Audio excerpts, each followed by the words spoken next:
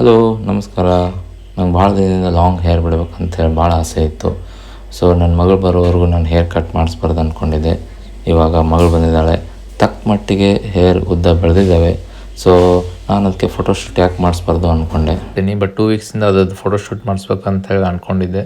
But ಆವಾಗಿಂದ full ಚಳಿ ಇತ್ತು, ಬಿಸಿಲು ಬಂದಿದ್ದಿಲ್ಲ. ಇವತ್ತು ಸ್ವಲ್ಪ ಬಿಸಿಲು ಬಂದೈತಿ. ಇಷ್ಟು ಬಿಸಿಲು ಐತಂದ್ರೂ ಈಗ 2 ಡಿಗ್ರಿ ಸೆಲ್ಸಿಯಸ್ ಐತಿ. ಸಿಕ್ಕಾಪಟ್ಟೆ ಚಳಿ ಐತಿ. ಅದರೊಳಗೆ ಒಂದು ಸ್ವಲ್ಪ ಹೇರ್ ಸ್ಟೈಲ್ ಫೋಟೋಶೂಟ್ ಮಾಡಿಸೋಣ ಅಂತ ಹೊಂಟೇವೀಗ.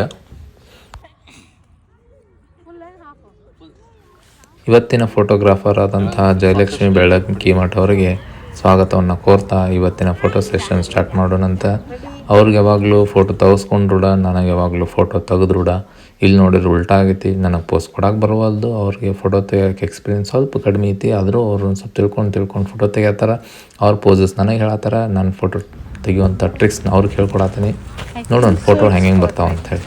ಪರ್ಫೆಕ್ಟ್ ಮಾತ್ರ ಐತಿ, ಅದು ಯಾಕೆ ಫುಲ್ ಜಾಗನ ಸರಿ ಇಲ್ಲ ಅಂತ ಅಷ್ಟು ತೆಗಿ.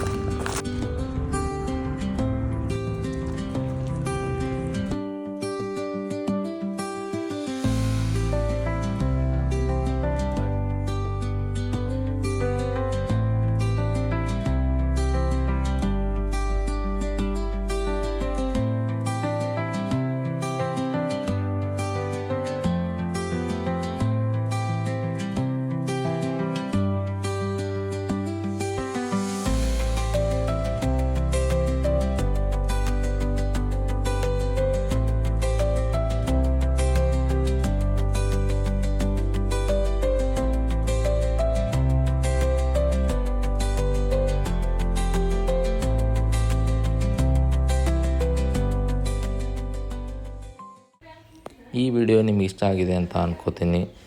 ಮತ್ತು ಮುಂದಿನ ವಿಡಿಯೋಲಿ ಸಿಗ್ತೀನಿ. ಅಂಟಿಲ್ ದೆನ್ ಟೇಕ್ ಕೇರ್, ಬಾಯ್ ಬಾಯ್.